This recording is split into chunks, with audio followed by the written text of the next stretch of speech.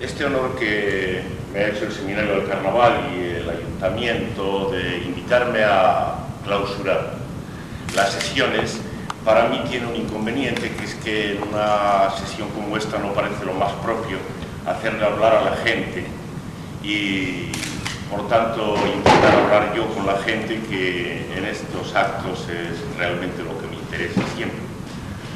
A pesar de esta relativa solemnidad, tampoco está excluido que cualquiera de vosotros, los que me oigáis, pues podáis intervenir interrumpiéndome en cualquiera de las pausas o al final.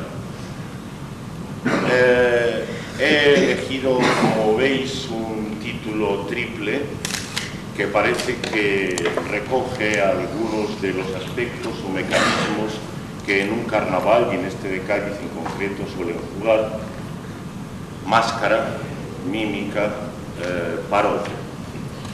Voy a ir recorriendo uno tras otro, pero antes querría disculparme de que evidentemente en una sesión como esta parece que cualquier cosa que diga va a ser en el sentido de tratar de interpretar, de darle sentido al carnaval, y esto pues puede echar para atrás a muchos de vosotros que piensan que el carnaval esencialmente es una juerga, que es para hacerlo, es decir, es para moverse con más o menos orden, cantar con más o menos orden y en suma divertirse, y que por tanto hablar de ello, como sin duda se ha venido haciendo durante el seminario y yo tengo que hacer, es más bien impertinente y más bien tiende a apagar lo que haya de fiesta viva en el carnaval. Sin embargo, ese va a ser mi intento,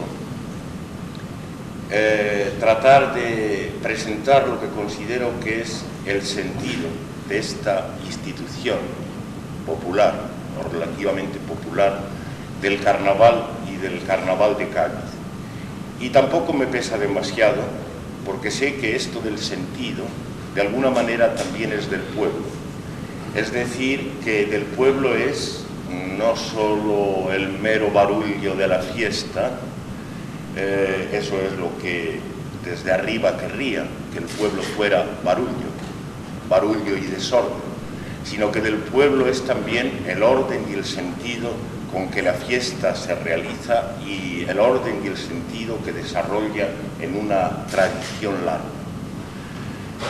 Es así como me disculpo a medias de intentar presentar el sentido de los carnavales y de los de Cádiz. Más de una vez, a lo largo de este rato, me oiréis apelar a eso del pueblo y lo popular. Como en torno a esta noción hay mucho engaño, muchas equivocaciones, me parece necesario aclarar. Cuando digo pueblo, quiero decir exactamente lo de abajo, es decir, saco esto de contraposición a la autoridad, al poder organizado arriba, como la gente dice, los de arriba, o ellos, con mayúscula. El pueblo es el amo sin nombre del lenguaje, de la lengua hablada, no la de las academias y los periodistas, sino la lengua hablada, la lengua corriente, la lengua que no es de nadie, como medio de que sea de cualquiera, y en la que nadie manda. Ese pueblo que por tanto no tiene número, no se puede contar como las poblaciones de los estados o los clientes de las empresas del capital, que se cuentan, y es esencial que se cuenten en número de almas, tantos millones de súbditos, tantos miles de clientes. El pueblo al que aludo no se cuenta, no tiene número, y de esa manera tiene una condición indefinida, nunca se puede saber bien qué es. Es a ese pueblo al que apelo una y otra vez, y cuando estoy aquí es porque pienso sospecho que en los carnavales de Cádiz, a trancas y barrancas, se ha mantenido una tradición que es propiamente popular, es decir, venida de abajo en el sentido que acabo de decir. Es cierto que el trance en que nos encontramos, en que el Estado y los organismos paraestatales, diputaciones, ayuntamientos, juntas autonómicas y demás, y el capital por otro lado, bancas, cajas de ahorros y demás, se lanzan a promocionar y a proteger las instituciones culturales de todo tipo, es un peligro evidente que esta protección cueste demasiado cara, es decir, que venga a conseguir terminar con lo que haya de popular en el sentido dicho, de venido desde abajo en los carnavales o en otra institución semejante en la que sospechamos el aliento de lo popular. Pero en fin, en estas estamos, recibimos esta protección, yo estoy aquí bajo esa misma protección, invitado también por organismos, y se supone que es que no damos tan por seguro el desastre, que pensamos que se puede vivir en un ten con ten y ver si esta protección desde arriba puede efectivamente ayudar a salvaguardar la tradición de abajo, de tal forma que esta ayuda no se pague demasiado cara, es decir, con la muerte. No hay que olvidar que los de arriba, los organismos, están destinados esencialmente a realizar la muerte del pueblo. El pueblo estorba para el dominio, su conversión en masa de individuos contables es necesaria y, por tanto, sin demasiado melodramatismo se puede decir que el capital y el Estado son administradores de la muerte. No hay por qué escandalizarse demasiado, es así exactamente. Y en este juego un poco mortal, por tanto, pues es en el que estamos metidos a ver quién puede más, si los de arriba o los de abajo, en este dichoso encuentro entre tradición popular y protección oficial. Esta es la situación de la que vosotros sin duda teníais conciencia ya, y yo quería contribuir, si acaso, a que la tuvierais un poco más clara. Dicho esto, vamos a ver en qué consiste esta tradición popular concretamente y referida a esos tres aspectos que he citado como máscara, mímica, parodia. Desde luego, todo ello está englobado dentro de otra cosa más general, que podría decirse fiesta. Evidentemente, el carnaval es una fiesta. El carnaval de Cádiz es una gran fiesta de muchos días y de mucha gente. Es una invasión de la ciudad, invasión con apiñamiento, como yo la he vivido, invasión de la ciudad por la fiesta. En cuanto a fiesta, el carnaval, como cualquier otra fiesta, no tiene demasiado interés, para mí al menos. En cuanto a fiesta, el carnaval es colaborador. La fiesta colabora en el sentido más etimológico que recuerda la palabra labor, la palabra trabajo que está metida ahí dentro. La fiesta es el complemento del trabajo y por tanto obedece lo mismo que el trabajo mismo a esta orden de creación de un tiempo vacío, precisamente por medio de la alternancia entre jornadas laborales y fiestas. Se supone que desde el comienzo de los tiempos históricos el orden sabía que la imposición de la cadena del trabajo por las buenas era algo que no iba a marchar, y desde el principio, desde aquellos primitivos que nos presentan los antropólogos, en que hay un reyezuelo y a su lado tiene un mago o brujo, es decir, un ministro de la cultura, desde los primeros tiempos se ha procurado que efectivamente la alternancia sostenga esa cadena de una manera mucho más eficaz.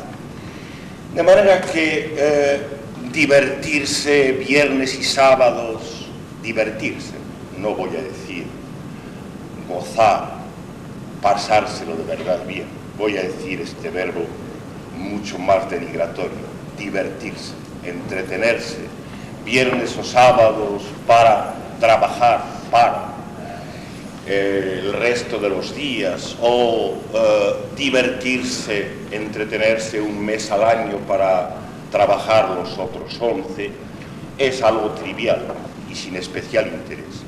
Y sea la fiesta todo lo colorida, todo lo bulliciosa que sea, como los carnavales de Cádiz, en cuanto fiesta, está sometida a esto.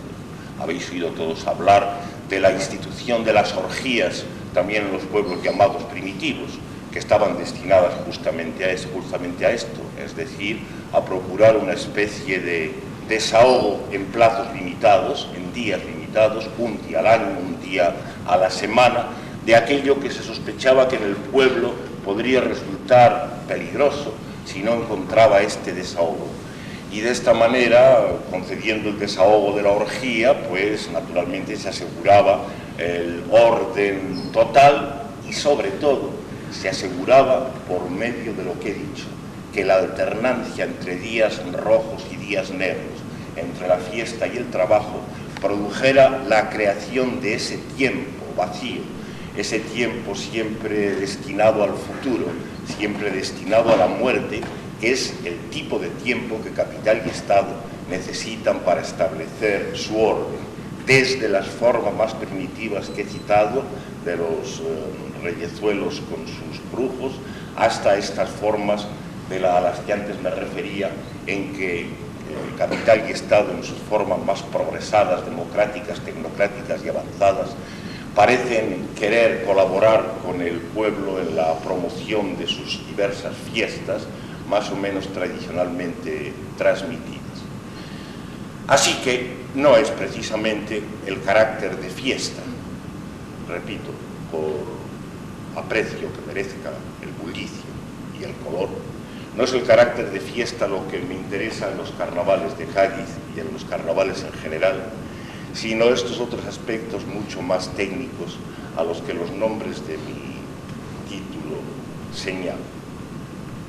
Resulta que, aunque la fiesta está hecha para eso, y la orgía y el bullicio, siempre hay una posibilidad, porque el orden nunca está cerrado del todo, de que a favor de la orgía, la fiesta, el bullicio, la alegría y el relativo desmandamiento popular, se produzca algo de descubrimiento, un momento de reflexión del pueblo sobre el orden en que está metido. Que, como la mentira es un arma esencial para el poder, mucho antes y mucho más importante que los ejércitos y las policías y las justicias y todo lo demás, la mentira, el engaño. Que como la mentira es un arma esencial al poder, a favor de esos relativos desmandamientos, esa mentira puede de alguna manera quedar desnuda, ocasionalmente, pueda descubrirse algo y la gente pueda darse cuenta de algo.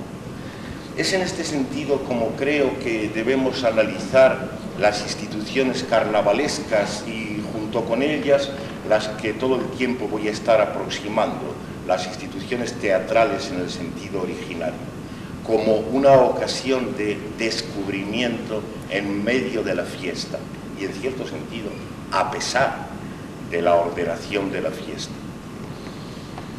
Este descubrimiento, en el primer nombre de mi título, Máscara, se produce curiosamente a través de un encubrimiento, porque la máscara, haga lo que haga, parece que está destinada a tapar la cara. Esta paradoja es sumamente interesante a mi propósito y es la primera que quería presentar ante vosotros. ¿Cómo es que puede haber un atisbo de descubrimiento, tal vez, por medio de esta institución esencial a todos los carnavales y también a las fiestas teatrales en su forma originaria, que es la máscara, que es el recubrimiento de la cara? Creo que esto es relativamente fácil de descubrir, pero quiero antes recordaros que la máscara tiene que dividirse en dos. Hay un tipo de máscaras que está destinado esencialmente a desfigurar la cara. el velo de las mujeres árabes parece que no hace más que esto, si lo ponemos como ejemplo de máscara. La máscara a la veneciana, que apenas hace más que recubrir el contorno de los ojos y parte de la nariz, pues también parece que debe incluirse aquí. En realidad basta con muy poco, con el añadimiento de un par de rasgos inoportunos, antinaturales sobre la cara, para que las facciones de un rostro puedan quedar muy eficazmente desfiguradas. Quería invitaros a separar esta máscara esencialmente desfiguradora de la máscara que configura. La máscara que configura es una máscara que a su vez es una cara de algo, de otra cosa, de otro. El caso para mí más ilustre es el de las máscaras animales, que desde el principio han jugado en los carnavales y en el teatro. Sobre la cara de la persona aparece una cara, desde luego, tipificada, estilizada, de animal. Es el zorro en abstracto, el cerdo en abstracto, el tigre, el que aparece en aquella cara. Todos recordáis que de una manera más o menos confusa, en el uso de disfraces durante estos carnavales de Cádiz, una y otra cosa aparecen y pueden hasta cierto punto distinguirse. La máscara de animales está desde la creación de esa forma de carnaval que ha venido a resultar tan ilustre a lo largo de la historia, que es el teatro ático, el único sitio donde se inventó el teatro en el mundo, del cual todos los demás son continuaciones. Sabemos que en la comedia ática, en la de los predecesores de Aristófanes y en Aristófanes y demás, muchas veces el coro consistía justamente en animales, eran avispas, eran ranas, eran cualquier otro tipo de animal cuyas máscaras evidentemente eran máscaras de este tipo y convertían al coro de personas en un coro de animales, animales por supuesto bien educados artísticamente, estilizados, pero no por ello menos animales también. No se puede separar este tipo de máscara animal de esta otra creación de nuestros pueblos que es la fábula, la tradición de la fábula india, esópica, moderna, ¿no? La fábula consiste esencialmente en eso, un poco al revés si queréis, son animales que hablan. El tipo de fábula esópica por excelencia son animales que hablan, que es el inverso de esa presentación de las personas como animales. Pero de una o de otra manera, desfigurando o configurando, la máscara se ofrece a esta pregunta que antes hacía.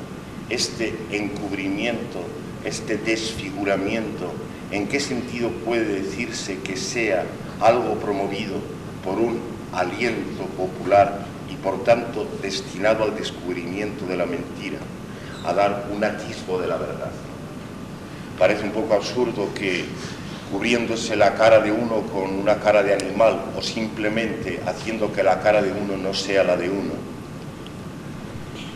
parece un poco absurdo decir que por este procedimiento se está de alguna manera luchando contra el orden desde el pueblo y se está descubriendo algo, pero así es. El orden impuesto desde arriba vive de la fe en la persona, de la creencia en que cada uno es cada uno.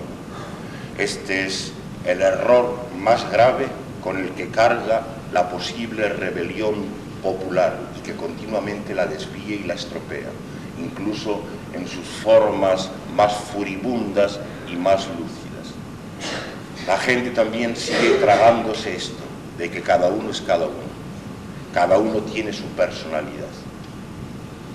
Cada uno es justamente una persona, que curiosamente, como todos sabéis, es una palabra que originariamente era del teatro y quería decir máscara. Pero curiosamente cada uno ha llegado a tener una fe profunda en esta máscara, de tal forma que esa máscara, que desde luego está sobre todo presente en su cara, inconfundible, en los rasgos faciales, que son tan caracterizadores como un documento nacional de identidad con su número, tan intransmisibles, se supone, aunque estén después el timbre de voz, las huellas dactilares, pero sobre todo es la cara, la encargada de cargar con la persona, con la personalidad. En esto la gente también acá abajo sigue creyendo y se equivoca. Esa es la necesidad del Estado y del capital.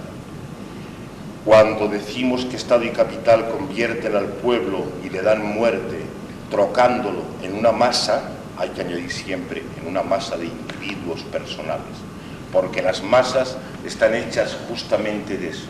Y es gracias a que cada uno cree en sí mismo, en su propia máscara, es gracias a eso cómo desde arriba se puede imponer el orden del Estado y el capital.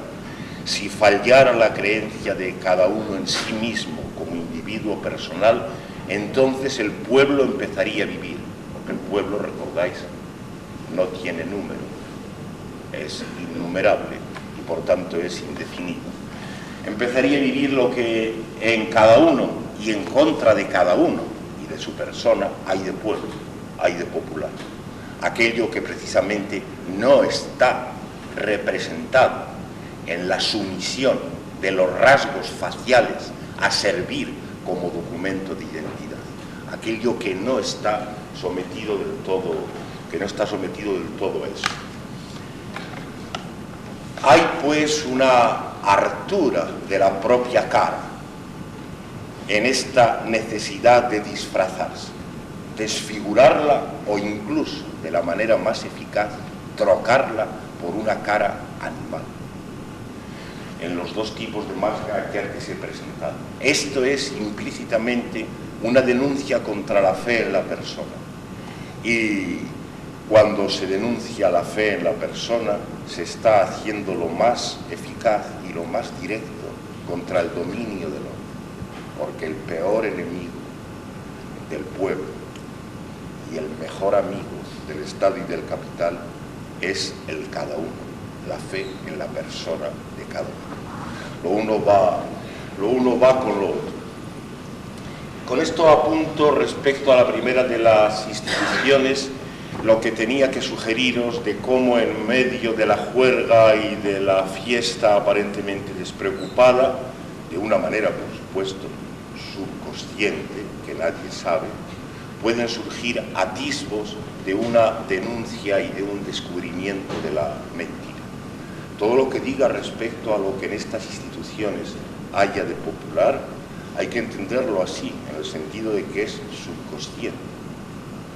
Lo mismo que es subconsciente el sistema y el manejo del lenguaje, que es la primera de las instituciones populares sobre la que todas las demás están fundadas. Precisamente nadie sabe cómo es la gramática de la lengua que habla. Lo sabe perfectamente, puesto que habla, pero lo sabe como pueblo, no como persona individual. En ese sentido digo subconsciente y pongo en relación esta palabra un poco pedante de tinte freudiano, la pongo en relación inmediata con eso otro de popular. Lo subconsciente de cada uno no es ya cada uno, es pueblo, tal vez, entendiendo por pueblo ese sitio donde sin saber se sabe qué es el lenguaje y cómo funciona. Lo que a través de la máscara, de la mímica o de la parodia puede decir el pueblo lo dice de esta manera, de la misma manera que maneja la gramática de su lengua, sin darse cuenta, y esta es una condición esencial. Pasemos al segundo término de mi título, que era el de mímica,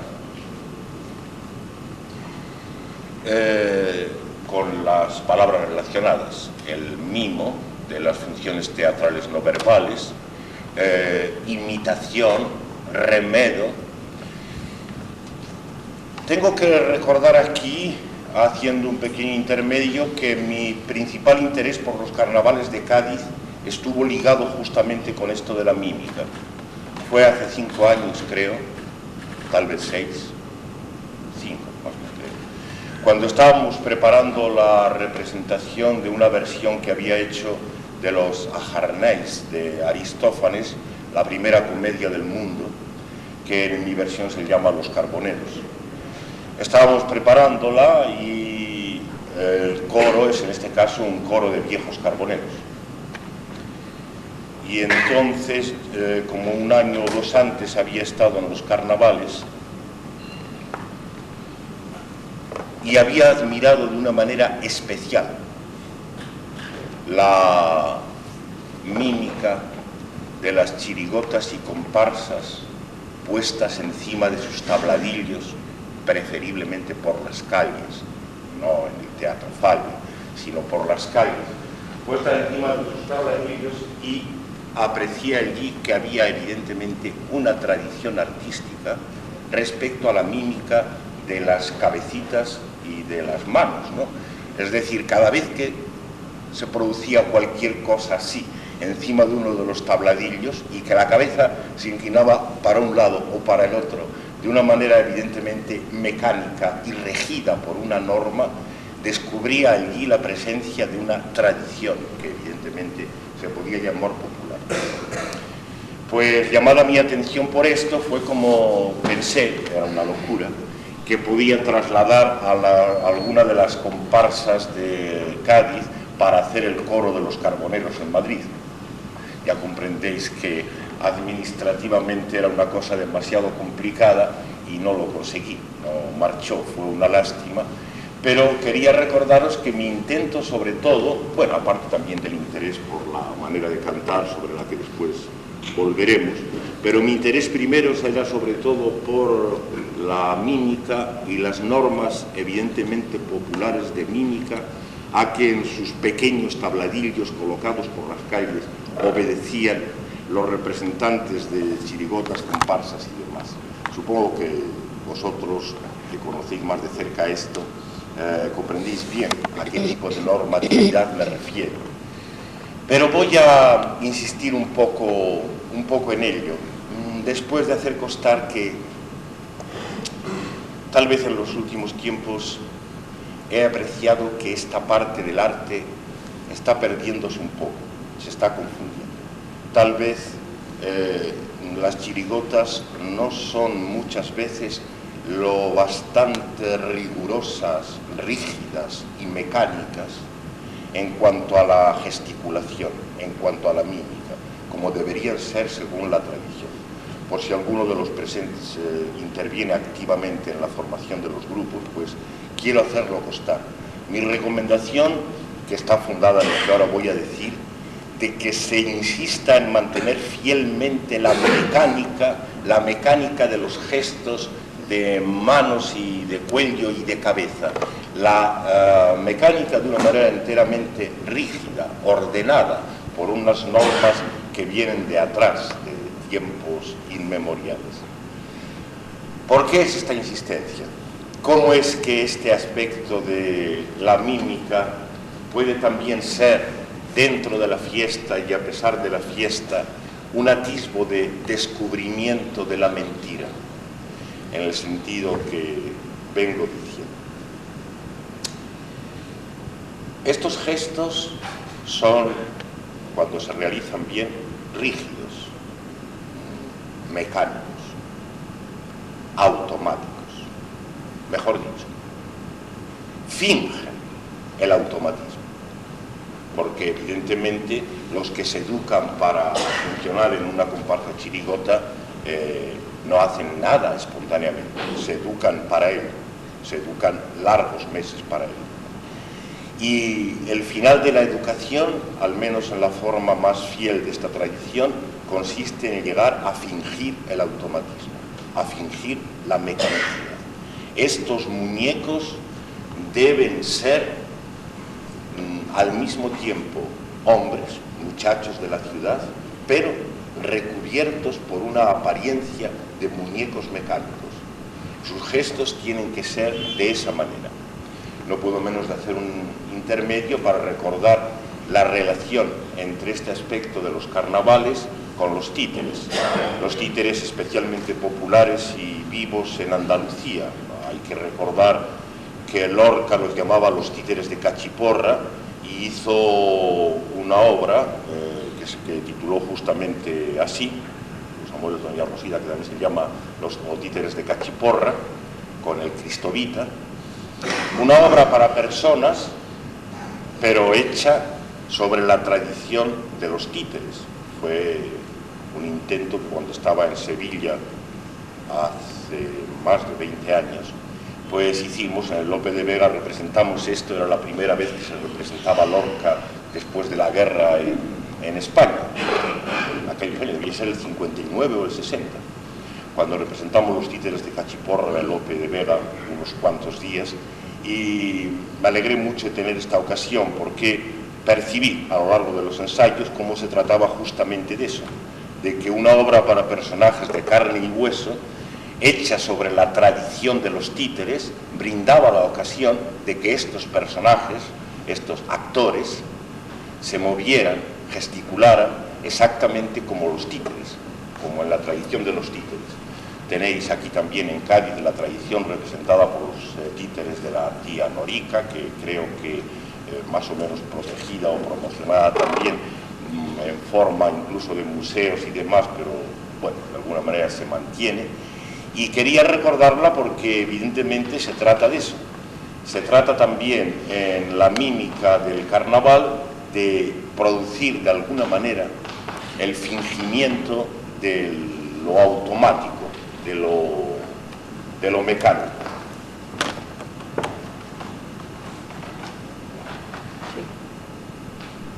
Veamos ahora cómo esta mecanicidad y este automatismo tienen que ver con lo que veníamos diciendo.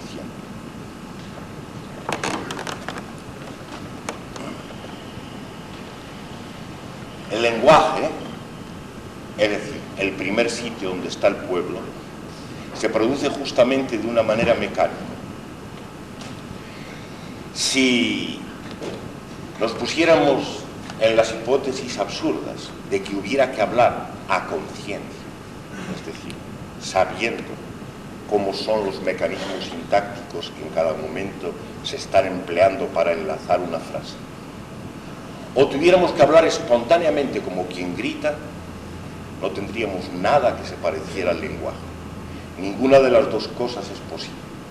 El lenguaje se produce justamente, hablamos de una manera automática en este sentido preciso. Es decir, en virtud de mecanismos que alguna vez han sido conscientes, cuando teníamos 1 año y medio o 2 y estábamos aprendiendo la lengua materna, que alguna vez se han sabido, incluso el niño se ha rebelado más o menos contra ellos, tal vez impulsado por venir ya él poseído de una especie de gramática común que no coincidía con la gramática de la lengua de sus padres, que se le impone.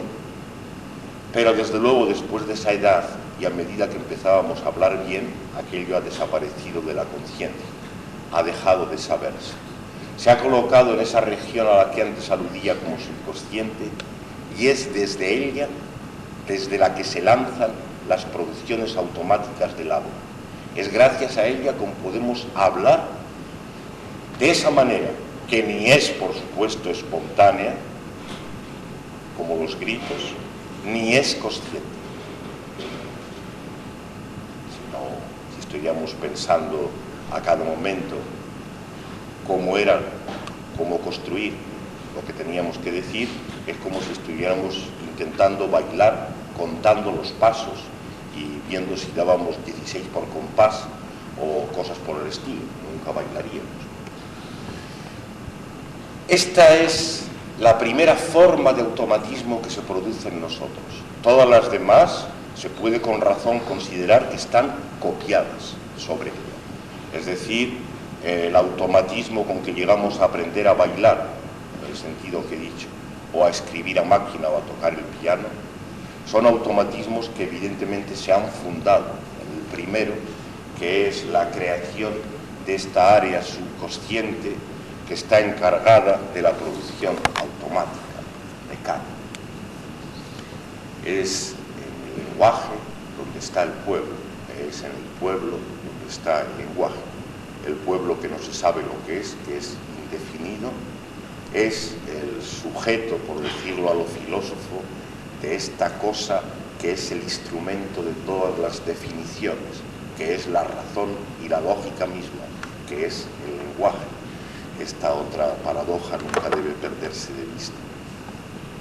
No en la cultura, ahí no está el pueblo. La cultura, desde el mago que está a la derecha o a la izquierda del reyezuelo, hasta el ministro de la cultura o al encargado de asuntos culturales en la caja de ahorros, ahí es donde no está el pueblo. La cultura es otra cosa, pertenece al orden ya consciente y no tiene que ver con este automatismo subconsciente donde está el lenguaje y por tanto el pueblo y lo que de pueblo haya en cada uno, en contra de la persona de cada uno, sobre todo. Pues bien, el Estado y capital, administradores de muerte, viven esencialmente de hacer creer a la gente que se mueve libremente. Esto es una condición esencial. Si no, el Estado no avanzaría un paso. Estaríamos sometidos a formas de tiranía enormemente arcaicas que nadie podría aguantar y no habríamos podido progresar hasta estas formas de la democracia tecnocrática de las que hoy disfrutamos, que son el progreso sumo de la organización del Estado y el capital. Hemos avanzado hasta esto gracias a la fe impuesta en que cada uno se mueve libremente. ¿Cómo podría el capital hacer el sangriento y enorme negociazo de la venta de autos inútiles si no fuera porque cada uno se cree que se compra el auto porque él quiere y que si lo saca es porque él quiere y que si se mete en un embotellamiento es porque él quiere y que efectivamente cualquier cosa que haga respecto al auto no la hace el auto, como es la verdad, sino que la hace él, sería imposible. Esta creencia en la libertad personal es enteramente esencial para el manejo del capital y del Estado y para la conversión del pueblo en masa de individuos. Son individuos creyentes, cada uno en su propia libertad. Pues bien, el carnaval, en este aspecto especialmente de la mímica, regulada, automática, y con él el teatro desde su fundación. La tragedia y en la comedia lo que nos presenta son especie de caricaturas de esa libertad.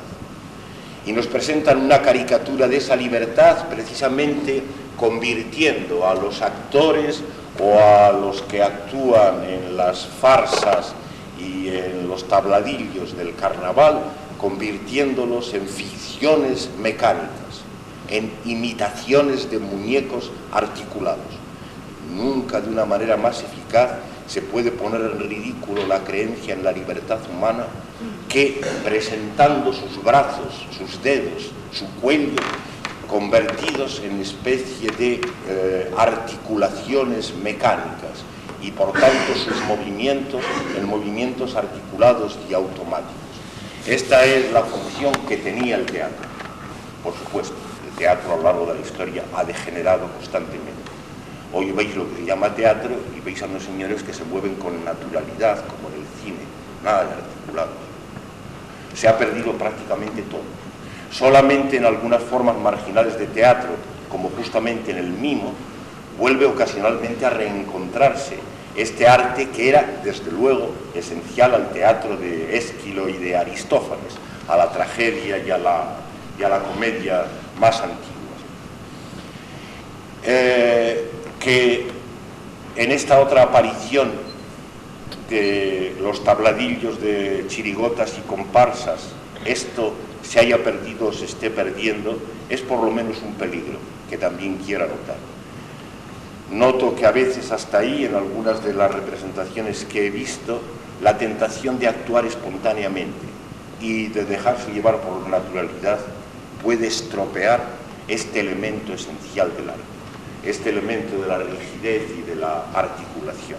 Todavía, evidentemente, se mantiene, incluso esas cosas que al son de pitos y tambores más o menos destemplados hacían de vez en cuando de armar un barullo y caerse los unos y levantarse los otros, eso supongo que se sigue haciendo de una manera relativamente ordenada, rítmica, articulada y mecánica, ¿no? De tal forma que no parezca un barullo de verdad, sino más bien una ficción de barullo mecánico, que es lo que tiene que ser, ¿no? Fijaros cómo muchas veces la gente bien pensante y izquierda se queja de la maquinalidad de la vida, de la imposición de la máquina. Es una vía errada la de esa protesta. La cosa hay que atacarla mucho más a fondo, y yo pienso que se la ataca a fondo cuando se descree de la espontaneidad y de la libertad de los movimientos personales. Y esto difícilmente se puede hacer de una manera más eficaz que por medio del automatismo y la imitación de la maquinalidad a costa de los propios cuerpos. Cuando el actor o el muchacho en una comparsa toma su cuerpo y lo convierte en un muñeco, está produciendo un desdoblamiento. Uno es el que no es nadie y no tiene cuerpo, que es el que maneja el muñeco, y otro es el muñeco, que está convertido justamente en eso, en un artilugio mecánico articulado. Y no me cansaría de decir bien de este arte o de este truco en punto a producir algo del descubrimiento de la mentira que es necesaria para el mantenimiento y progreso del orden. Con esto paso a la tercera parte del título, que decía parodia, y aquí empleo el término de una manera más etimológica que lo que se suele. Parodia encierra eso de od, que viene de la raíz griega de aido, de cantar, ¿no? Parodia es propiamente algo que se refiere al canto, a una manera de cantar. Después hemos generalizado la cosa y hoy parodia se usa en el sentido generalmente de remedo, imitación. Pero esto nace en la música y concretamente en la música teatral, en la música de la comedia. Hay una buena parte de la música de la comedia aristofánica que consiste en poner en ridículo, en caricaturizar las músicas serias, especialmente las que más éxito habían tenido, en la tragedia, en el género serio. Y en general ridiculizar por medio de la música, por medio de la canción cómica, pues discursos serios de políticos y cosas por el estilo. Bueno, pues esto de la canción paródica, del canto paródico, como sabéis muy bien, es algo que también tiene una importancia central respecto a los carnavales y especialmente a los de Cádiz. La presencia de la canción paródica, de la parodia de sea lo que sea. Evidentemente no es que uno pueda confiar en la risa directamente como una contrainstitución, como un arma que se pueda manejar sin más contra el imperio de la seriedad reinante. No, también ellos desde arriba proporcionan formas de risa, risas imbéciles, por supuesto, porque desde arriba no pueden producirse más que cosas imbéciles y por tanto la risa que incluso desde arriba se proporcione tendrá que tener esas características. Será la risa imbécil de esos espectáculos televisivos donde incluso hay grabadas risas en el fondo para que la gente se ría más fácilmente, ¿no? Es el tipo de risa característico, de manera que no es que podamos confiar sin más en la risa. El sofista Gorgias decía muy prudentemente que había que recomendar contra la seriedad la risa, pero contra la risa la seriedad. De forma que en ese ten con ten es más bien el que tenemos que encontrarnos respecto a la risa. La risa puede convertirse meramente en una diversión, en algo trivial y vano, en una forma más de entretenimiento, es decir, de atontamiento.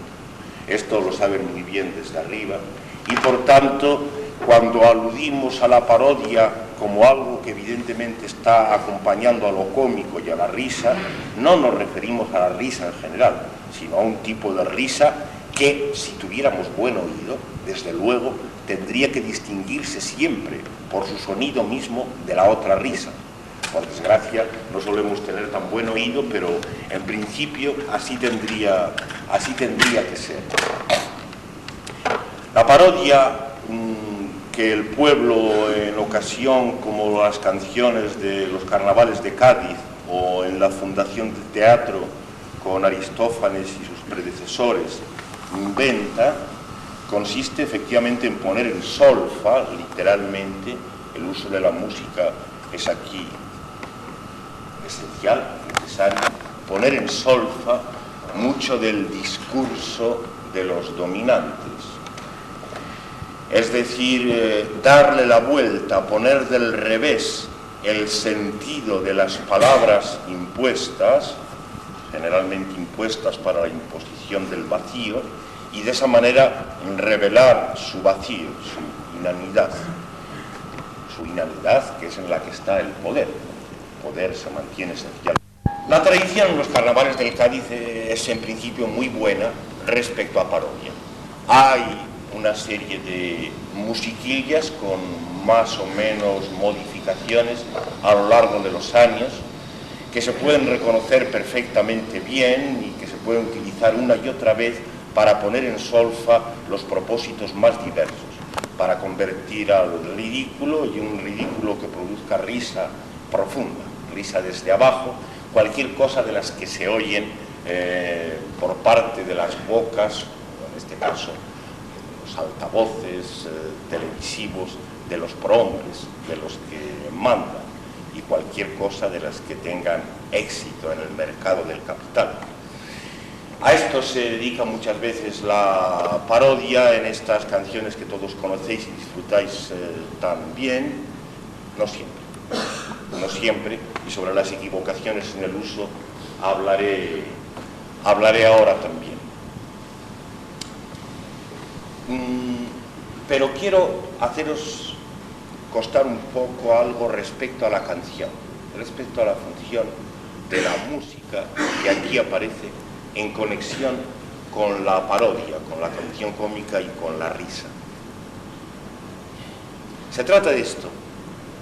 Cuando hablamos corriente, la conversación, el lenguaje coloquial, nuestro lenguaje está ordenado solo de una manera aproximativa, con un ritmo aproximativo. Hay un ritmo, se habla con un cierto ritmo y con más o menos garbo, pero es un ritmo aproximado, lo mismo que se anda por la calle. Se anda por la calle pues, con un ritmo aproximativo, con más o menos garbo también, pero sin regla, sin compás, en el sentido que dicen los músicos. Hay una gran diferencia cuando de ahí saltamos a marcar el paso a lo militar o a bailar. Entonces nos damos cuenta que de alguna manera la aritmética se ha metido en aquello que era una ordenación solo aproximativa. Desde ese momento ya están jugando los números, están jugando los compases de los músicos. Desde ese momento ya el tiempo queda convertido en una especie de tramos rigurosamente medidos gracias al cómputo aritmético que el ritmo ha introducido. Este es el prodigio del ritmo regulado, del ritmo aritmético. Por supuesto que la música, aparte de regular el ritmo, regula también la otra dimensión. Toma aquello que en el habla corriente, en los acentos y en las entonaciones de frase, sube y baja melódicamente de una manera más o menos desordenada, y esos intervalos los convierte en intervalos de tercera, de quinta, en diferencias de tono completamente reguladas. Bueno, pues este paso a la rigidez aritmética tiene, como veis, bastante que ver con aquello que antes también estaba diciendo a propósito de la mímica. Con el ascenso al canto resulta que el lenguaje espontáneo, pretendidamente espontáneo, en verdad automático, de la lengua corriente queda convertido a una aritmética musical, a una ordenación artística. La conexión de esto con el tema central de esta charla, ya enunciado a propósito de la máscara y de la mímica, la veis bastante bien. Suponemos tal vez que antes de la historia, en el paraíso, no podía haber diferencia entre hablar y cantar. Si bien se piensa en el paraíso, es decir, como hay que pensar en el paraíso, de una manera negativa, es decir, excluyendo todo lo que sea historia, excluyendo todo lo histórico. Si uno piensa bien en el paraíso, ve que es imposible esta separación. ¿Qué sentido tendría separar entre el habla corriente y el canto? Lo mismo que en el paraíso es imposible que haya fiestas, por lo mismo que es imposible que haya trabajo. En el sentido que al principio decíamos, allí no cabe nada de eso. De forma que cuando la música, el canto, en la fiesta preferiblemente, vuelve a producir un habla rítmica y melódicamente ordenada, sujeta a principios aritméticos, entonces es como si estuviera por un lado pretendiendo resucitar el habla del paraíso. Esa es evidentemente una de las funciones de la poesía en general, del teatro también, de toda la poesía y de la música. Evocar, tratar de hacer presente de alguna manera el modo de hablar perdido para siempre desde el comienzo de la historia, el modo de hablar del paraíso. Y por otra parte, de una manera inmediata, constituye una denuncia de la pretendida espontaneidad desordenada del discurso habitual.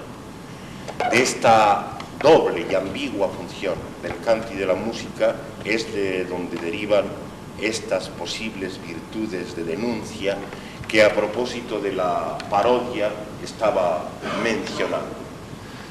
Evidentemente es solo por medio de esta regulación artística del canto, del ritmo y de la melodía, como puede producirse siempre en este nivel subconsciente algo de esa denuncia y descubrimiento que vengo persiguiendo a lo largo de todo este análisis.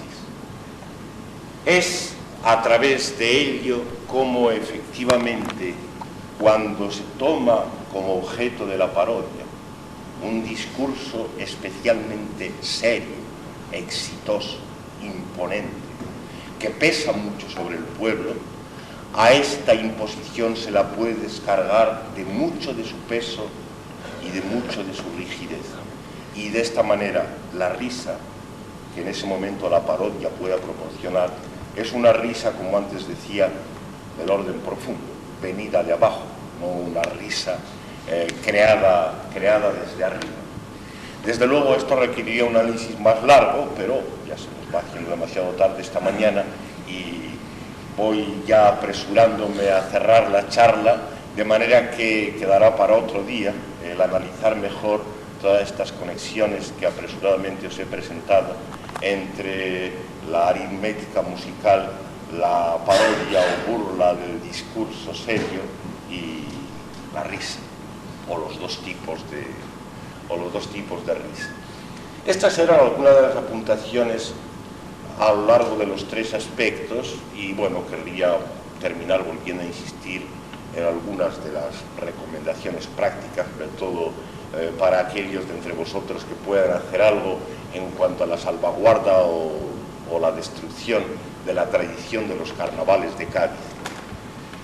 También respecto a la mímica, respecto a la parodia, como respecto a la máscara, observo que puede haber una degeneración en el sentido de pérdida de la tradición popular.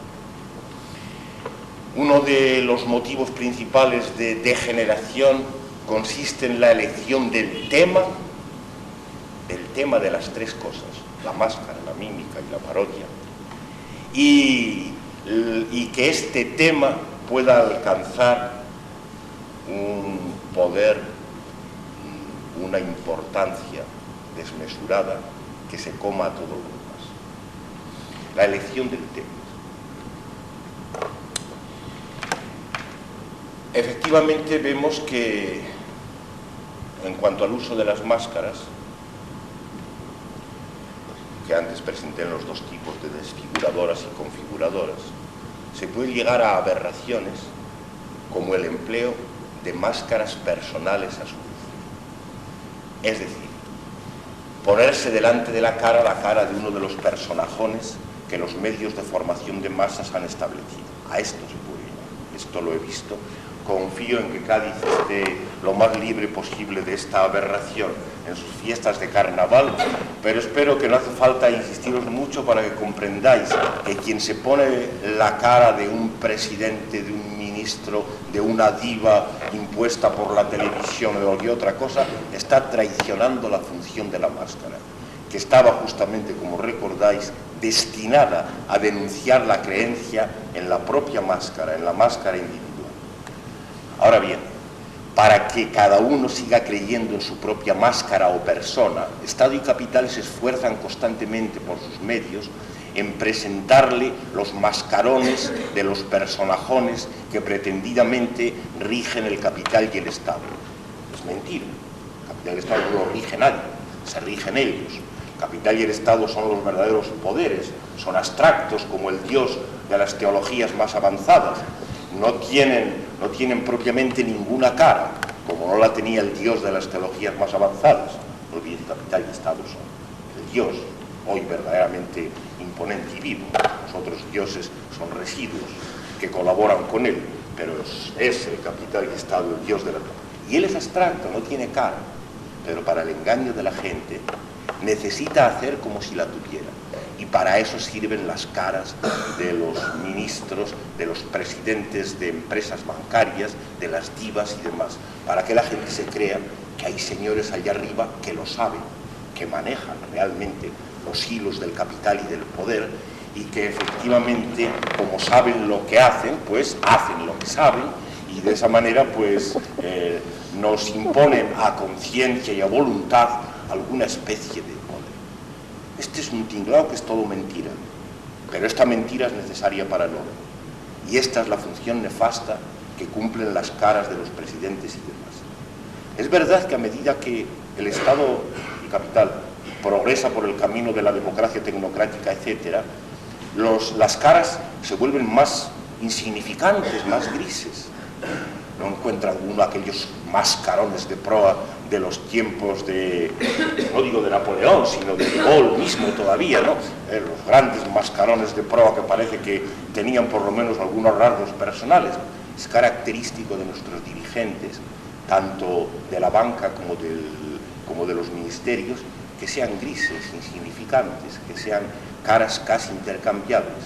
Pero para eso está la televisión, para eso está el bombo y platillo de los medios de formación de masas, para meterlo por los ojos día tras día y hacer que la cara más insignificante se convierta en algo realmente característico y personal, y que la gente pueda seguir, por tanto, creyendo en que hay efectivamente personajes allá arriba que rigen los destinos de la humanidad, ¿no? Es decir, ocultándose la verdad del dominio abstracto de Estado y capital. En ese sentido digo que cuando se emplean por afán, un afán perverso de ser actuales y de estar al día, cuando se emplean en las máscaras de una tradición popular, mascarones de los que los medios de formación de masas están empleando todos los días, se hace derechamente traición contra esta parte del arte. Se hace traición contra ellos. No voy a decir yo que la actualidad en general no tenga que ser el tema de las murgas, el tema de las chirigotas. Tiene que ser la actualidad, pero tiene que ser siempre una actualidad que lo merezca. Es decir, no una actualidad hecha para el engaño, insignificante, sino hechos de la actualidad, incluso locales. La tradición es que los hechos fueran locales, de Cádiz. Incluso locales, pero a través de los cuales se pueda denunciar la eternidad, que en la actualidad se vean los vicios y los mecanismos de la humanidad en general. La más famosa con mucho de las murgas, la de los duros de la playa de Cádiz, efectivamente obedece a este tipo. El suceso es de lo más reducido y local que se puede dar. Nadie ha tenido noticia en todo el resto de España, ni a donde haya llegado eso, de cuál fue aquel rumor de aparición de duros y tal. No importa, efectivamente, lo que la parodia en ese caso presenta es efectivamente un tema digno, porque ahí se ven mecanismos de los que en todas partes y con cualquier motivo se producen.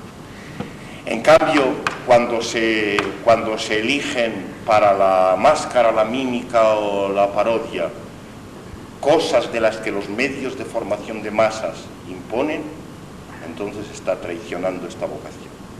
Fijaos que os doy casi una regla negativa. Nada que veáis por la televisión sirve. Es una regla un poco simple, pero mientras no se tenga otra mejor, se puede ir tirando. Desanimo a que aparezca en las chirigotas o comparsas nada de lo que aparezca en la televisión. Se sabe que eso está hecho desde el momento para el engaño, y que quien contribuye poniéndose una máscara de prohombre de los que saca la televisión a darle todavía más publicidad y creencia, está realmente traicionando al arte y por tanto al pueblo, que es lo mismo. Respecto pues a la parodia, hay que decir exactamente lo mismo.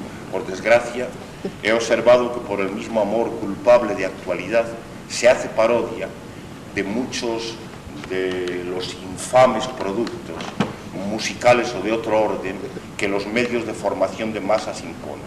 Es decir, bueno, hagamos entre paréntesis, por desgracia, el progreso de capital y Estado y la adscripción de la cultura a sus mecanismos ha traído consigo, entre otras cosas, no solo la degeneración del teatro en el sentido dicho, sino también de la canción. La canción nunca ha sido tan mala como hoy día, nunca se han producido cosas tan inútiles y tan estúpidas, incluso sangrientamente estúpidas, como la que hoy los medios de formación de masas le hacen tragarse a la juventud, porque la canción es lo de menos, para incluso suscitar a propósito de la canción adoraciones por el nombre y las figuras de los divos y divas, que eso es lo que importa al capital y Estado. Es decir, que la juventud, especialmente peligrosa de bullicio y de alboroto, esté bien ordenada, formando esa especie de sectas que, a falta de las religiosas, cumplen perfectamente el mismo papel, que es la adscripción a la adoración de tal divo, tal diva o tal grupo, sin motivo ninguno, palpable. Cuando se va al motivo, ninguno de los muchachos adoradores de los grupos divos o divas es capaz ni siquiera de repetir 2 compases seguidos de una canción, porque no hay nada que repetir, no hay ni música ni letra, de manera que malamente se puede repetir nada. Pues cuando en el acto de la parodia, tan esencial en estos carnavales de Cádiz, se cae en el error de tomar estos productos culturales que los medios imponen como dignos de parodia, se está cometiendo una equivocación también seria. Se está contribuyendo a popularizar algo que no puede ser popular, que no puede ser nada más que impuesto desde arriba. Y se le está dando una dignidad en el mismo hecho de parodiarlo a algo que no lo tiene. Cada vez que se dice un nombre de alguien que no merece la pena para parodiarle y para hacer burla de él, se está cometiendo un error. Se le está dando una dignidad que no merece. No puede uno en estas fiestas populares, en la parodia y en la mímica, no puede uno contribuir a la creación de personajes falsos, de falsas caras de Dios que los medios están produciendo todos los días. Supongo que el sentido de la crítica queda lo bastante claro, y con esta crítica voy a cerrar la exposición. Simplemente termino diciendo esto, que el tema, que es lo de menos, no venga a acabar con la tradición del arte, la tradición en cuanto a mímica, en cuanto a máscara, en cuanto a técnicas de canción y de parodia, que es lo importante. Es la técnica popular desarrollada en una larga tradición lo que importa. El tema es lo de menos, cualquier cosa sirve. Cualquier cosa actual, local, inmediata, con tal de que tenga la bastante sustancia para poderla usar para reflejar la eternidad. De manera que lo mismo que pasa en La poesía, por ejemplo, donde el tema, el significado, se ha tragado a todo lo demás y el arte ha desaparecido. De la misma manera, este riesgo hay también en las tradiciones populares y, por tanto, mi grito en amor del pueblo es este, que el tema no acabe tragándose al arte.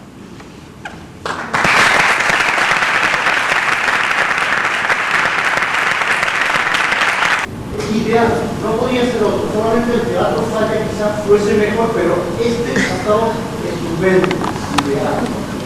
Y entonces, dicho esto, yo le traía una cita, una tenía guardada, una cita con Jacobo Rousseau, y a mí me gustaría que, además de lo que le he dicho anteriormente, usted me va a comentar qué piensa usted de aquello que dice Rousseau, si hubiera un pueblo de dioses, se gobernaría democráticamente. Y un régimen de ese calibre es demasiado bueno para un pueblo de oro. Algo así, no sé si está bien. Bueno, yo tampoco. Bueno, respecto a lo del marco y eso, yo querría prever un error. Hombre, ya querría yo que esto hubiera sido una función teatral tan organizada en la mímica y en el ritmo de las palabras y demás como he recomendado que sea. Por desgracia, hemos actuado todos con mucha más espontaneidad de la debida y en eso nos hemos equivocado. Pero el error era en cuanto al marco. Esto es una sala señorial. No debemos engañarnos respecto a esto. El marco adecuado no es hoy normalmente una sala señorial. No sé de cuándo está.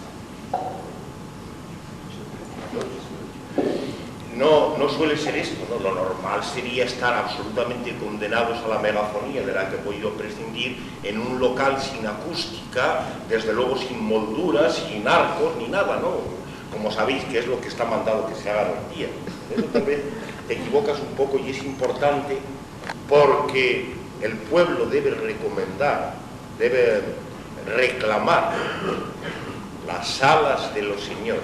Es decir, no se trata de repartir miseria para todos, miseria megafónica y plástica, sino de que para todos sea algo como esta, es decir, salas como esta, ¿no? Para cualquiera. No hay que olvidarse de eso, ¿no? Lo bueno es lo bueno. Y los señores de otros tiempos, o cuando había burgueses, ellos, por lo menos, hacían lo que no hacen los millonarios y los de empresa de hoy. Sabían disfrutar en muchos casos y sabían encargar cosas como estas y hacer comidas exquisitas y criar unos vinos maravillosos. Bueno, pues eso, lo bueno es lo bueno siempre, solo que en vez de ser para los señores, que sea para el pueblo, pero lo mismo, no renunciar para nada a las salas señoriales. Ese error quería recoger y tu pregunta tiene bastante que ver. Desde luego, ya se ha podido apreciar hasta qué punto soy me he manifestado como antidemócrata. La democracia me parece simplemente la forma más avanzada de imposición del capital y del Estado.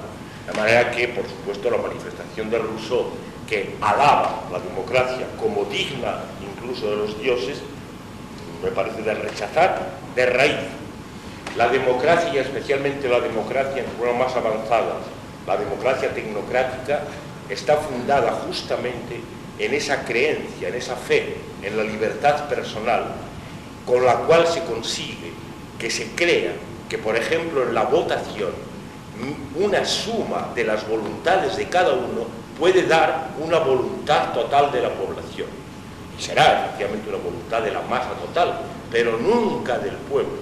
El pueblo no puede estar nunca representado por voluntades individuales, por una votación, por tanto. Las instituciones esenciales, votación y representación de cualquier democracia son antipopulares, son en contra del pueblo.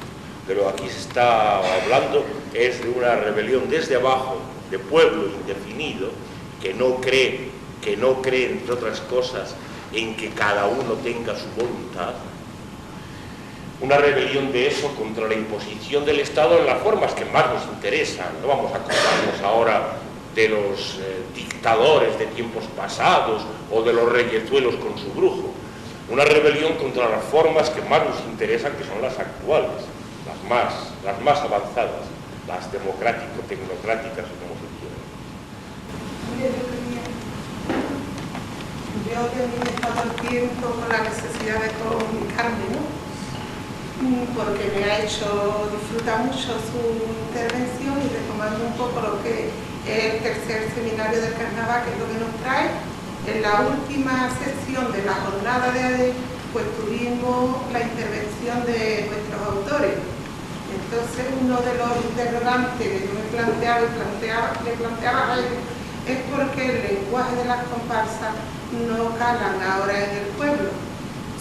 Decirle que me ha servido su charla para entenderlo y a la vez para analizar los trabajos de los 3 días y evaluarlos. Y espero que desde ahora haga mi reflexión. Gracias. No, voy a agradecer lo que usted dice, porque al mismo tiempo que, bueno, más o menos recoger la razón que estaba diciendo la aplica a cosas muy concretas y precisas. Por si hay algún engaño, alguna otra vez que no haga esa discusión, hay que decir que no piensen nunca que la manera de ganarse el favor de la gente es sometiéndose a la actualidad y trayéndole los trampantojos de la televisión. Esa es la manera. La manera de ganarse a la gente es ahondar en la práctica de las técnicas que he dicho. Respecto al lenguaje, las comparsas han desarrollado y todavía practican todavía hasta un tipo de verso que no es literario. El verso del tipo, por ejemplo, ta ta ta ta ta ta ta ta ta ta ta ta, ese que suena así en muchas de ellas, con este ritmo es como el trímetro yámbico de la comedia antigua, es una recreación del hallazgo del carnaval, y ahondar en cosas que parecen a primera vista tan meramente técnicas como esto, y practicarlo a fondo es la manera de llamar al pueblo, no a las masas, desde luego, a las masas las llama la tele, pero que se distingan bien los problemas. Una cosa es el éxito masivo y otra cosa es llegar al pueblo como ha dicho, ¿no? Y esas cosas, la mayor parte de las veces, están una contra otra. Yo quería preguntar algo. Anoche asistimos a estas muestras que decía la señora esta y realmente había un gran contraste en las reacciones del público cuando había demasiada obediencia en los temas, en lo que estabas hablando, a cuestiones de la actualidad, como el tema de Sabrina y todas esas cosas, a las reacciones que se producían en el público cuando se ahondaba más en mecanismos mucho más profundos y que atañían a la humanidad entera, como por ejemplo el chiste gramatical del que llama a la puerta y dice quién es, y bueno, esto lo que estabais anoche lo oísteis, ¿no? El del tú y el yo, que resulta que era él, esa historia, como también la historia del bingo, la relación del obrero con los números, que resulta que el 8 nunca llegaba y cuando llega el 8 viene en nombre de las 8, que era la hora que se tenía que levantar para trabajar. Estas cosas que lo mismo le valdría a un gaditano que a un africano, que son transculturales, que no son propiamente de la televisión y de la actualidad, son los que yo me di cuenta que anoche eran las que más hacían disfrutar a la gente. Entonces sí, me parece que está muy de acuerdo con lo que estabas diciendo. Ojalá, vamos, yo no me atrevería a decir tanto, pero como dije antes respecto a la risa, si se tuviera buen oído, sería uno capaz de distinguir en un público las reacciones de masa, en risa o en movimiento, de otras reacciones que, como dices, sean más profundas porque obedecen a impulsos más interesantes y más profundos. Ejercitando el oído se puede distinguir, y en todo caso que cualquiera de los que se meten en estas artes sepan que hay dos cosas que generalmente están en pugna. Una cosa es suscitar risas y éxitos de masas de individuos y otra cosa es el llegar, calar en esto a lo que hemos venido llamando pueblo, que es lo contrario.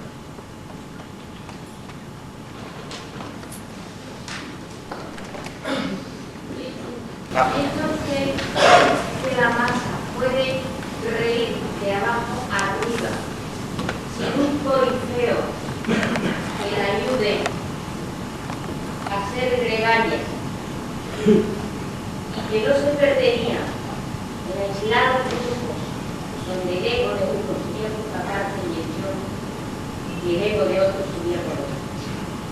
Práctica. Esa risa y ese arte, vamos a decir, esa verdad, saliera de abajo arriba, sin una voz, llamémosla del infinito, que lo llamara a orden de luz. Sí, ese es un desideratum, yo creo bastante bien formulado. Por supuesto, la masa que se riera desde abajo sería una masa que se desintegraría. Por tanto, una masa que volvería a ser pueblo. No sé si alguno de vosotros recuerda lo que se cuenta de los átomos de Demócrito, que estallaban de risa.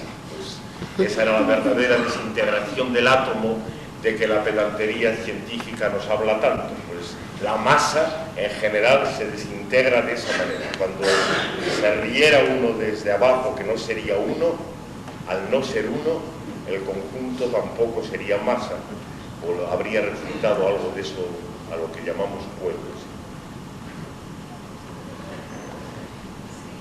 Yo tengo una idea que de vez en cuando me la cabeza, y es que si hay una relación dialéctica entre la risa y el dolor, si para que la gente se ría más profundamente o con más autenticidad hace falta que esté más fastidiada o algo así, o si no tiene nada que ver. Si la gente puede ser feliz y reírse profundamente y que esa risa sirva para algo bueno también. ¿Qué relación hay eso? Porque para que tengamos un buen carnaval tenemos que estar fastidiados. Es una cuestión sumamente interesante y muy grande para las horas que son. De manera que no voy a poder hacer más que apuntar alguna cosa. Es lástima que haya caído tan tarde. La relación es complicada, la dialéctica es complicada, no es tan simple. Efectivamente, estar uno con dolor de muelas o con un desengaño amoroso reciente no es la situación más adecuada para reírse. Eso lo sabe todo el mundo. No voy a decir que sea lo contrario, pero es un estorbo, vamos. Es un estorbo para prestar la atención, estar en esa disponibilidad de desintegrarse, porque lo esencial es esto, que el dolor de muelas o el desengaño amoroso a uno le centran demasiado en uno mismo. Son cosas que le producen una gran preocupación, que aumentan por tanto su entidad individual y por tanto van en contra de lo que pueda haber de popular en uno, que sería lo que riera desde abajo. Pero más en general hay que decir que sí, que para que la risa, esta popular que hablamos, surja, hay que habérselo pasado mal y a fondo. Es decir, hay que haber sufrido en las propias carnes esta imposición o administración de muerte que he dicho por parte del capital y del Estado. Cuando no ha habido llagas, cuando no se han padecido estas cosas en las carnes, pues uno es como un bolo. Es una cosa que no puede tener sensibilidad más que para llegar, pues eso, a reírse con lo que le mandan, a divertirse con lo que quieren y todo eso, ¿no?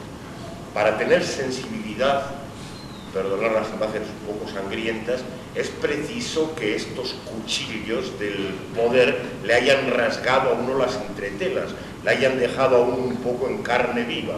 No hay otra manera de tener sensibilidad.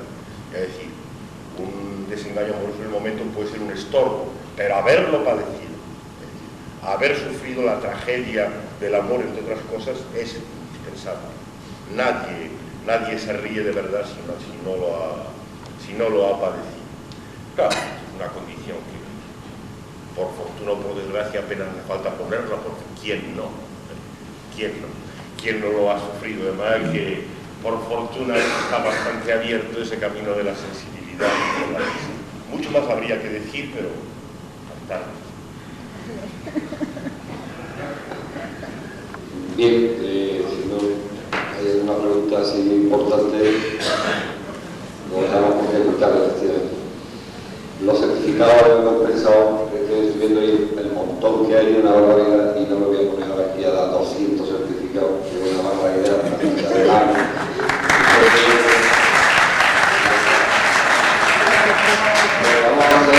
Lo vamos a dar a vuestra casa. mucho mejor por correo, tardará, pero llegará por el correo, porque nosotros tardará en mandarlo. Y creo que es mucho más cómodo.